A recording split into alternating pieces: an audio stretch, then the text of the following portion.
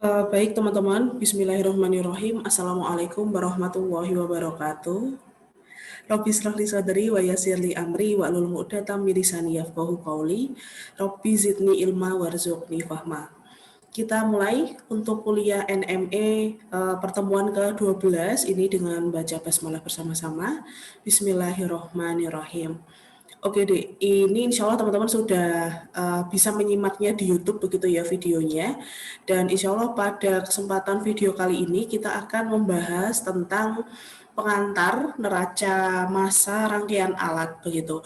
Jadi sudah 11 pertemuan 9 pertemuan ini teman-teman mempelajari latihan soal neraca massa alat-alat tunggal. Dan kemudian sudah 2 pertemuan teman-teman sudah melakukan asesmen begitu untuk mencoba mengerjakan kasus-kasus di neraca massa tunggal. Dan alhamdulillah untuk yang di asesmen yang kedua teman-teman memiliki kemampuan dalam menganalisis soal dengan cukup baik ya. Dan ada satu soal di asesmen 1 yang mungkin masih belum familiar teman-teman untuk memecahkannya. Nanti insya Allah saya akan bahas di video yang selanjutnya begitu ya, membahas terkait dengan asesmen 1 dan asesmen 2 yang sudah saya berikan di minggu lalu begitu. Jadi nanti saya harap dengan pembahasan di video yang setelahnya ini teman-teman mengetahui apa saja kekeliruan yang kalian lakukan begitu ya, teman-teman lakukan pada saat mengerjakan asesmen 1. Nah, setelah ini teman-teman karena kalian sudah berlatih dengan cukup intens gitu ya. Sudah berlatih dengan cukup intens terkait dengan neraca massa alat tunggal. Nah, sekarang teman-teman akan mempelajari bagaimana caranya menyelesaikan neraca massa yang lebih advance, yaitu gimana caranya kalau alat-alat proses itu tidak hanya satu jenis saja begitu deh. Jadi ada beberapa rangkaian alat karena memang di industri kimia kita tidak mungkin hanya menyelesaikan begitu ya, tidak hanya teman-teman temukan satu alat proses saja di suatu industri kimia. Teman-teman juga akan mengetahui, akan menjumpai serangkaian alat, lebih dari satu alat proses begitu di dalam suatu industri. Nah, dengan fungsi masing-masing. Nah, karena perbedaan fungsi itu, maka pendekatan untuk menghitung neraca massanya juga akan berbeda-beda. Nah, itu yang akan kita pelajari setelah ini. Jadi video ini akan mengantarkan teman-teman terkait dengan apa saja mungkin tips dan trik begitu ya, ataupun juga siasat untuk nanti kemudian teman-teman bisa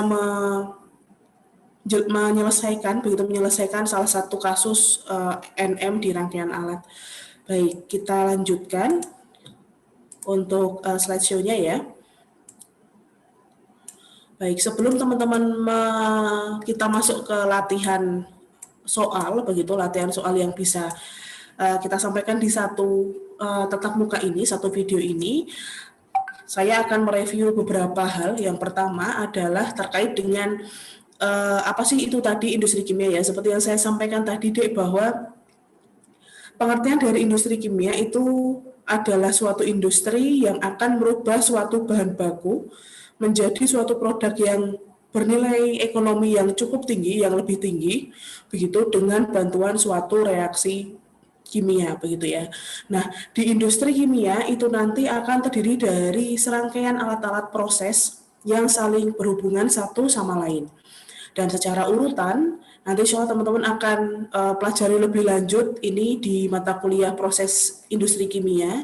Tetapi yang berkaitan dengan neraca massa dan energi adalah saya ingin menyampaikan begitu bahwa di dalam suatu proses industri kimia begitu ada beberapa langkah-langkah begitu. Jadi ada beberapa urut-urutan proses industri kimia, yaitu ada 6 di sini, yaitu yang pertama adalah penyimpanan bahan baku, kemudian pretreatment bahan baku, yang kedua, kemudian urutan yang ketiga adalah unit reaksi, yang keempat adalah unit pemisahan produk, kemudian unit pemurnian produk, dan penyimpanan produk.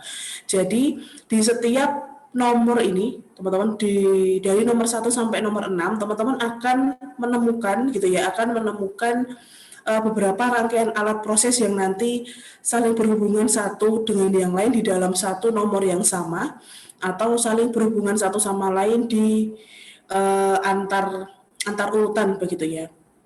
Nah, biasanya yang kita akan pakai untuk keenam tahapan itu, yang pertama adalah terkait dengan penyimpanan bahan baku. Ini nanti kita akan lihat dari sisi fasenya gitu ya, dari sisi fasenya. Teman-teman ada dua alat proses yang nanti sangat relate di urutan di session penyimpanan bahan baku, yaitu tangki dan silo. Sedangkan untuk pretreatment bahan baku, jadi fungsi dari unit nomor 2, proses industri yang nomor 2 ini terkait dengan pretreatment bahan baku, intinya unit ini atau urutan ini akan berfungsi untuk mempersiapkan begitu ya, mempersiapkan bahan baku sebelum dia nanti masuk ke dalam reaktor. Sebelum dia nanti masuk ke unit reaksi, bisa reaktor, bisa furnace dan sebagainya ya.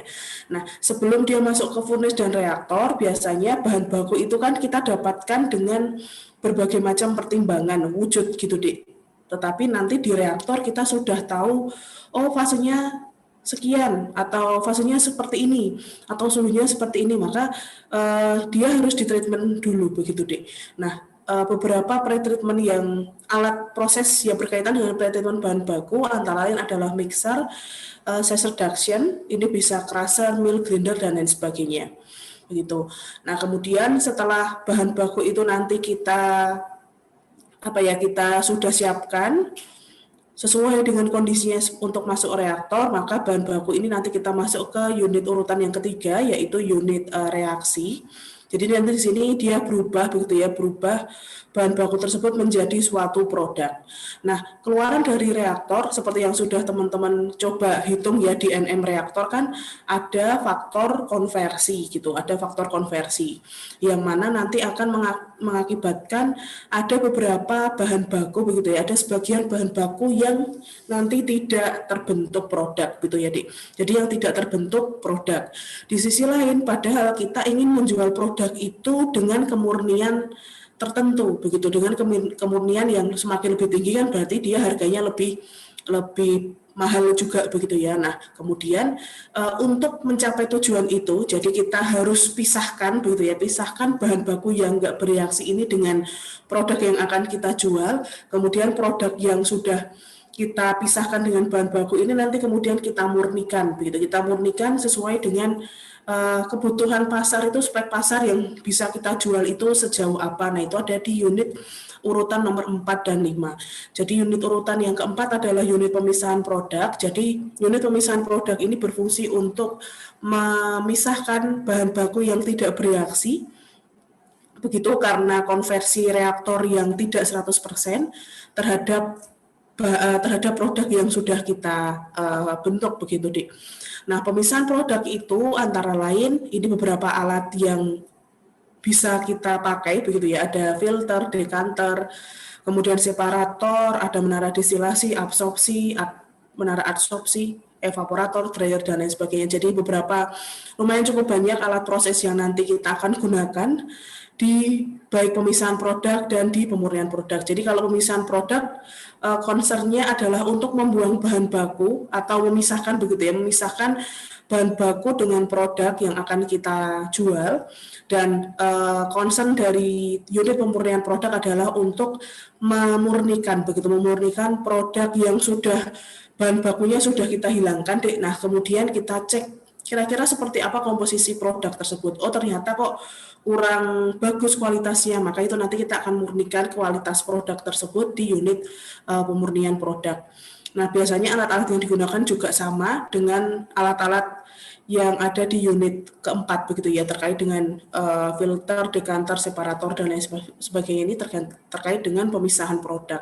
Nah, setelah itu setelah produk ini keluar dari unit pemurnian produk, dia nanti akan menghasilkan produk yang sudah kita inginkan, begitu sudah kita inginkan. Maka sebelum kita jual ke pasaran, maka produk tersebut harus kita simpan. Nah, masuk ke unit ke-6, yaitu unit penyimpanan produk. Nah, unit penyimpanan produk itu artinya juga sama dengan unit yang nomor 1 tadi, penyimpanan bahan baku bisa tangki atau bisa silo. Jadi seperti itu contohnya. Jadi contohnya ya, secara lebih real begitu saya akan coba beri contoh. Ini nanti akan kita coba hitung di latihan soal, tapi untuk memberikan gambaran begitu ya, untuk memberikan gambaran saya akan tuliskan satu kasus begitu, satu kasus rangkaian industri kimia untuk pembuatan etanol ya, pembuatan etanol dari glukosa gitu ya, dari glukosa. Reaksinya adalah C6H12O6. Ini nanti fasenya dia cair begitu. Nanti kita tambahkan air di dalamnya.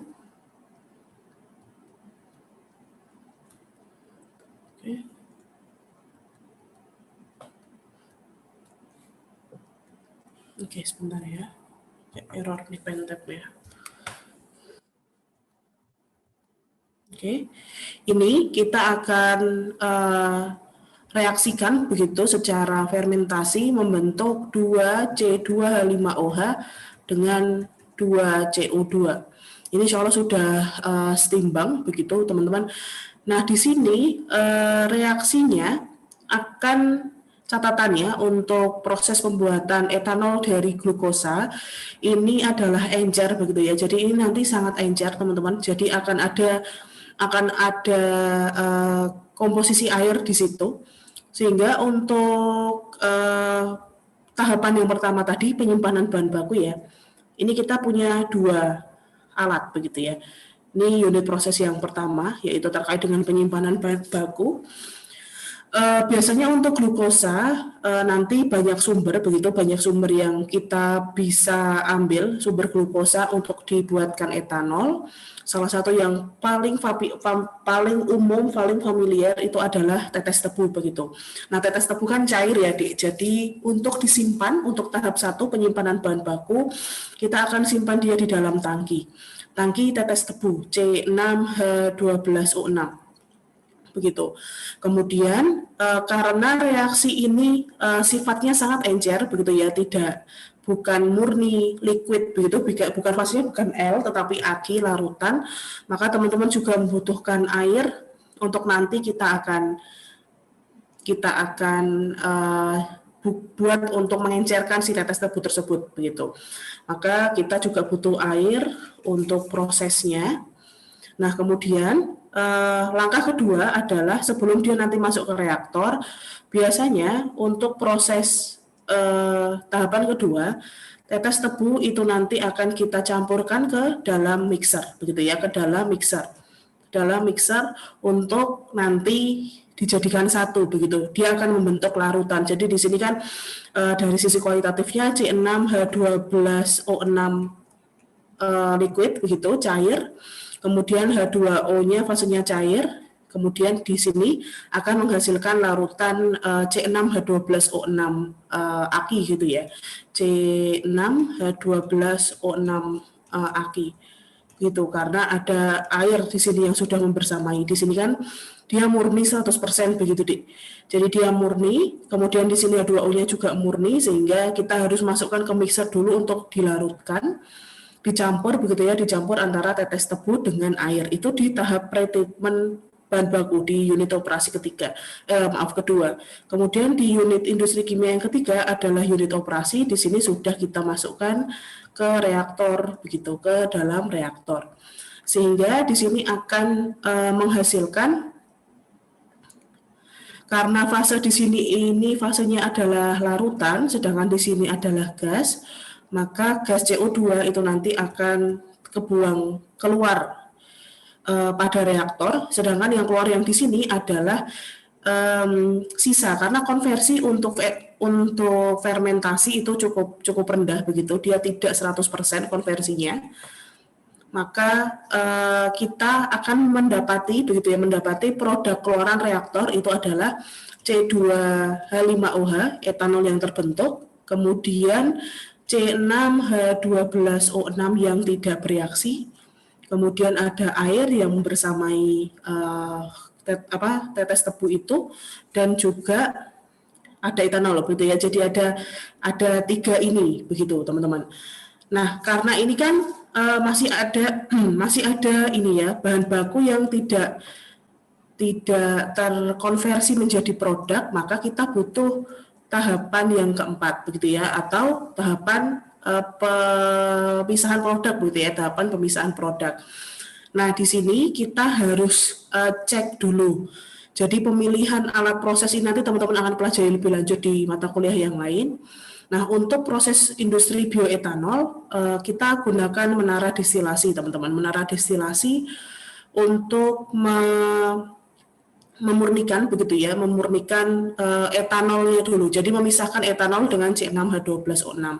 Sehingga nanti yang keluar ke sini yang didestilat adalah C2H5OH dengan air, sedangkan yang menjadi bottom yang nanti akan kita buang menjadi limbah itu adalah sisa C6H12O6. Begitu. Nah, kemudian di sini biasanya karena menara destilasi dan larutan etanol itu azeotrop, dia hanya maksimum di 96%, teman-teman. Maksimal ya, maksimal di 96% kadar dari etanolnya. Padahal C2H5OH itu kalau semisal kita mau jual di pasaran itu laku begitu ya, laku di kemurnian berapa persen teman-teman yang sering kalian jumpai di rumah sakit. Disinfektan etanol itu adalah di kadar 70% dan di kadar 96%. Dan ada juga bioetanol yang nanti kita sebut dengan fuel grade gitu ya, fuel grade bioetanol gitu, FOH. Ini kadarnya adalah 99,9%. Maka dengan adanya kita pakai MD saja begitu, dengan adanya MD saja masih belum bisa mengcover untuk menjual etanol begitu ya, menjual etanol sebagai sesuatu produk dengan fuel grade gitu ya. Tujuannya adalah untuk sebagai pengganti bahan bakar. Sehingga kemudian si etanol ini kita harus alirkan lagi ke dalam satu alat yang baru. Ini nanti tahap kelima, begitu teman-teman, tahap pemurnian produk. Jadi alat ini adalah menara adsorpsi, begitu, menara adsorpsi. Fungsi dari menara adsorpsi adalah menjerap air, begitu ya, menjerap air yang masuk ke dalam menara adsorpsi tersebut, sehingga nanti outputan dari menara adsorpsi itu adalah C2H5OH yang sudah kadarnya 99,9%.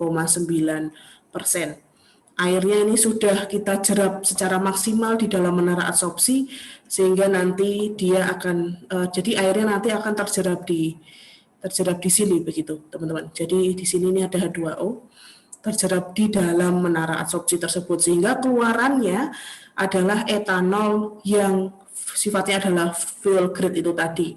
Nah, ini adalah yang kita inginkan gitu. Semisal kalau pabriknya ini memang pabrik untuk bikin etanol fuel grade begitu ya, sehingga ini sudah selesai nih rangkaian alatnya, rangkaian alat prosesnya sudah selesai untuk menghasilkan produk etanol yang kita inginkan, maka lanjutlah ke tahap ke-6, yaitu kita akan simpan dia di tangki bioetanol. Begitu teman-teman. Jadi ini adalah gambaran singkat begitu, gambaran singkat rangkaian alat begitu ya, rangkaian alat di suatu industri etanol, bioetanol khususnya dari glukosa yang memiliki rumus struktur C6H12O6. Nah, ini adalah serangkaian alat yang cukup sederhana begitu. Besok kalau semisal sudah teman-teman terjun langsung ke industri kimia, alatnya tidak mungkin cuma satu dan tidak mungkin sedikit ini begitu. Jadi nanti mungkin kita ada pompa, kemudian ada heater, cooler dan lain sebagainya. Jadi ini dari sini saja kita bisa melihat begitu ya, Dik, bahwa Setiap rangkaian alat itu nanti akan membutuhkan perhitungan neraca massa yang berbeda-beda begitu. Jadi menghitung neraca massa di mixer itu nanti nggak sama dengan caranya menghitung neraca massa di reaktor, dan neraca massa di menara distilasi juga beda nanti besarannya pun untuk menara adsorpsi gitu deh. Sehingga rangkaian untuk kompetensi teman-teman untuk mengetahui background kasusnya seperti apa untuk menyelesaikan neraca massa rangkaian alat, teman-teman sekali lagi harus bisa dulu begitu, harus bisa dulu, harus punya bekal dulu gimana caranya menyelesaikan begitu ya, menyelesaikan neraca massa alat tunggal gitu ya, neraca massa alat tunggal seperti itu deh. Begitu. Nah, untuk itu maka hal yang harus teman-teman ketahui adalah ini. Jadi yang harus teman-teman ingat untuk sebelum kita menyelesaikan kasus dari neraca massa rangkaian alat adalah teman-teman harus ingat ya bahwa hukum neraca massa hukum kekekalan massa itu sangat berlaku pada saat teman-teman menghitung neraca massa di rangkaian alat, yang mana laju alir masuk massa, laju alir massa masuk itu nanti sama dengan laju alir massa keluar. Jadi selalu ingat hukum kekekalan massa begitu ya teman-teman. Jadi kayak di menara distilasi kemarin, assignment yang nomor assignment 1 yang nomor 3, saya kemarin kan memberikan, ini ingat ya, ini adalah aplikasi untuk hukum kekekalan massa, kekekalan massa. Kemarin kasus soalnya gimana di? Sepertinya di menara distilasi begitu ya, menara distilasi masuk itu umpannya 200 ya. Masuk ini umpannya adalah 200 kg per jam. Dia terdiri dari etanol dan air kalau nggak salah. Sebentar. Ini tolong.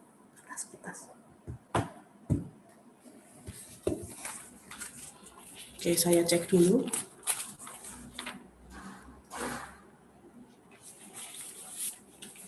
Oke, ini saya masih ada catatannya soalnya.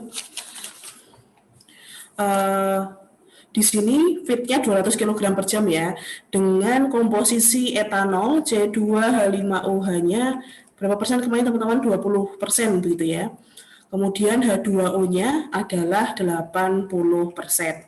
Nah, kesalahan yang hampir mayoritas kalian kerjakan gitu ya, teman-teman lakukan adalah teman-teman menganggap destilat itu besarnya adalah 35 kg per jam gitu ya.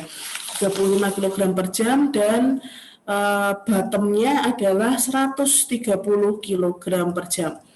Nah, dari sini teman-teman cek begitu. Dari sini itu kan teman-teman menginterpretasi DAP-nya, DAP awalnya kan seperti ini. Nah, kalian harus cek dulu deh. Jadi pada saat teman-teman menggambar DAP dan ternyata teman-teman menginterpretasikannya seperti ini, teman-teman sebetulnya sudah bisa langsung ngecek hukum kekekalan massanya begitu ya. Bisa ngecek NMT.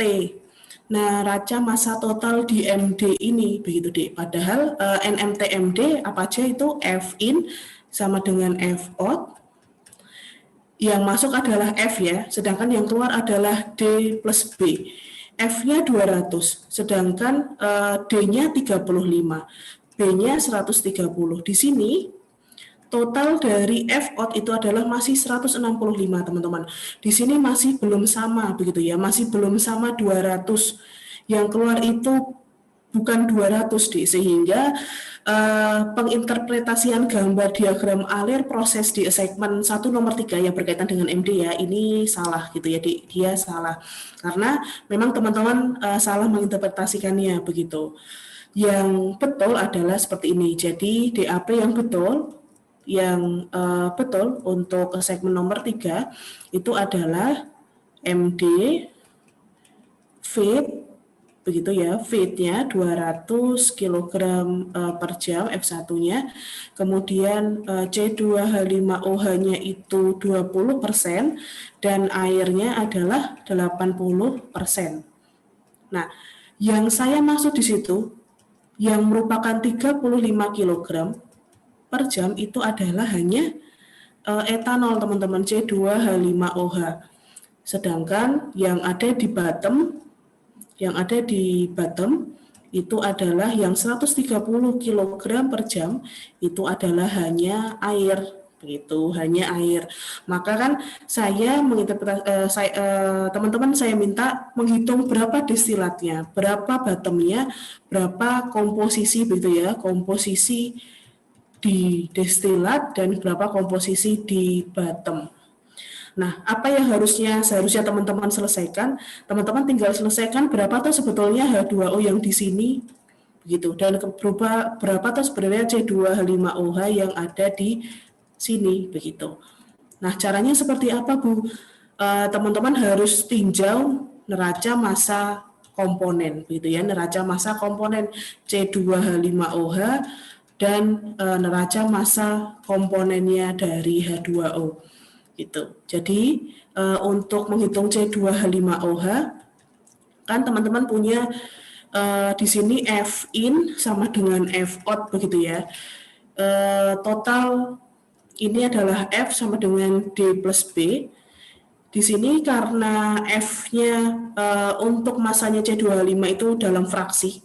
Jadi ini F kali X gitu ya. Sedangkan D-nya kita tahu 35. Maka B-nya nanti kita bisa ketahui begitu. Jadi di sini 200 kg per jam dikali 20% sama dengan 35 plus B begitu ya. Ini kilogram per jam, sehingga B-nya adalah 5 kg per jam begitu deh. Jadi di sini adalah 5 kg per jam. Sedangkan H2O yang di sini nanti default ya, H2O di sini totalnya berapa? H2O di F itu adalah 160 ya kilogram per jam. Karena kita kali 200 dikali 80%, 160 kg per jam. Padahal yang di B itu H2O di bottom itu adalah 130 kg per jam. Maka otomatis H2O di destilat ini adalah F dikurangi B. Itu ya, sehingga 30 kg per jam begitu. Jadi di sini jawabannya adalah 30 kg per jam. Nah, kita tinggal jumlah nih destilatnya berarti 65 kg per jam. Sedangkan B-nya adalah 135 kg per jam. Nah, untuk membuktikan begitu ya, untuk membuktikan bahwa neraca massa setiap alat gitu ya, alat tunggal walaupun dan juga nanti rangkaian alat, dia akan senantiasa memberlakukan hukum kekekalan massa begitu teman-teman. Jadi cek nih NMT-nya, F in-nya udah sama belum dengan F out-nya. Kalau ini kasusnya dia sudah seimbang begitu ya, karena F in-nya adalah F gitu ya. Jadi F ini adalah F, dia 200, sedangkan F out-nya destilat dan bottom kalau kita jumlah 65 ditambah 135 itu juga 200, maka dia sudah betul teman-teman. Maka NM kalian ini insya Allah dari sisi NMT-nya sudah betul begitu ya, dari sisi neraca massa totalnya sudah betul. Dan kita nanti tinggal cek kita cek setiap komponennya begitu ya. Jadi di sini C2H5OH di F adalah 40 kan ya, 40 kg per jam.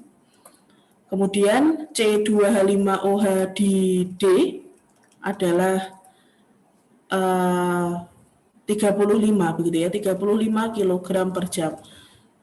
Sehingga nanti C2H5OH-nya di B itu adalah 5 kg per jam begitu. Jadi insya Allah kita lihat dari sisi neraca massa komponennya pun juga sudah seimbang begitu teman-teman. Jadi C2H5OH ini, jadi C2H5OH masuk itu adalah C2H5OH masuk itu 40 kg per jam, ke atas itu 35 kg per jam, maka otomatis yang bawah adalah 5 kg per jam. Begitu.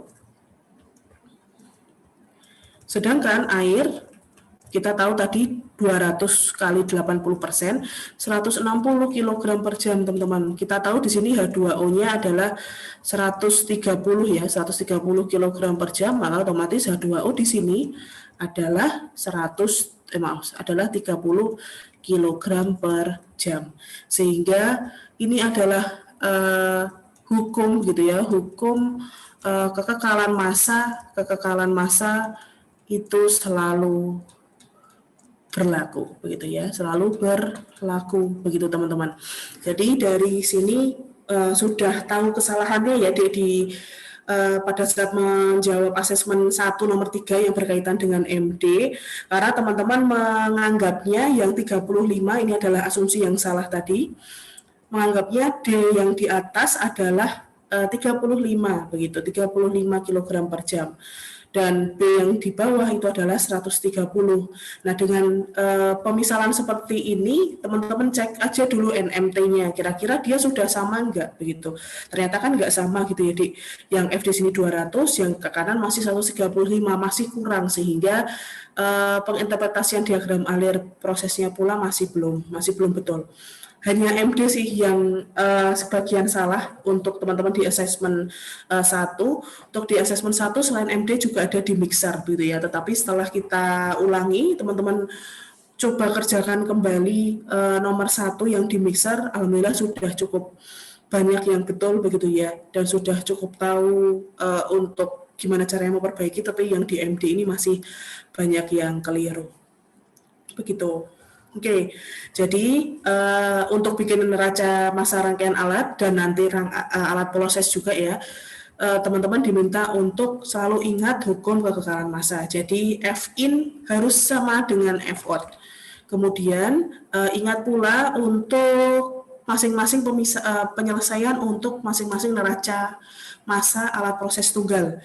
Jadi kalau dia bukan reaktor, jadi kan semisal kemarin latihannya kan kita ada kayak mixer, kemudian apalagi menara distilasi, menara absorpsi, kemudian ada evap ya, di evap, kemudian dryer, maka teman-teman nanti harus pakai basis F atau laju alir massanya. Jadi harus dalam kilogram per jam pada saat ngitung F1 sama dengan F-out, F-in sama dengan F-out itu harus dalam kilogram per jam. Tetapi kalau dia reaktor gitu ya, teman-teman harus rubah dulu dalam kilomol gitu ya, kilomol per jam. Kemudian teman-teman rubah itu untuk dihitung ke MRS-nya atau stoikiometrinya, baru nanti kita konversi menjadi kilogram per jam lagi dengan bantuan kita nanti kita kalikan BM-nya begitu. Jadi kalau alat proses non reaktor itu langsung gitu ya dalam laju alir massa, tetapi kalau kita pakai reaktor kita harus lewati dulu kilomol per jam. Jadi harus lewat kilomol per jam dulu untuk dihitung stoikiometrinya. Baru stoikiometrinya ketemu, teman-teman kalikan BM-nya masing-masing mol yang bereaksi di dalam yang terlibat di MRS-nya, kemudian jadi deh nanti laju alir massanya. Itu betul-betul harus diingat-ingat ya untuk membuat rangkaian NM rangkaian alat. Oke. Dan ini adalah siasat ya. Jadi ini langkah-langkah yang nanti akan relate untuk di contoh soal begitu teman-teman.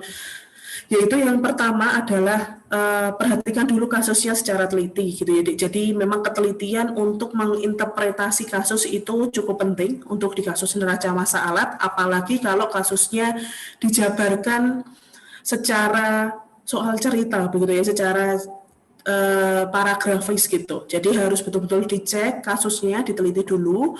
Nah, setelah teman-teman memperhatikan kasus itu secara teliti, kalau semisal memang kasus yang diberikan adalah kasus cerita, maka teman-teman harus wajib digambarkan diagram alirnya secara lengkap.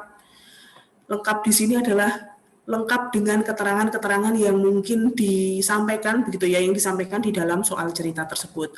Kemudian selanjutnya ini yang nanti membedakan apa saja menyelesaikan NM rangkaian alat dengan NM alat tunggal begitu ya. Jadi kalau di NM rangkaian alat kita nanti akan membuat subsistem teman-teman. Jadi menghitungnya nggak langsung begitu, dia dihitungnya nggak langsung dari ujung alat sampai ujung alat lagi, itu tidak, tetapi nanti kita akan hitung, kita akan tinjau per subsistem atau kita sebut dengan loop begitu teman-teman. Jadi kita sebut dengan loop. Nah, loop itu nanti kemudian akan kita hitung NM-nya. Jadi setiap loop nanti jadi satu rangkaian alat proses itu nanti bisa lebih dari satu tinjauan sistem gitu ya yang akan kita cek. Jadi ada beberapa loop tergantung nanti rangkaian alatnya itu nanti alatnya berapa gitu ya, alatnya berapa. Nanti habis itu setelah tahu loopnya kita hitung NM-nya per loop. Lalu kemudian setelah kita hitung per loop, kita nanti cek keseluruhan sistem NM ke seluruhan sistem.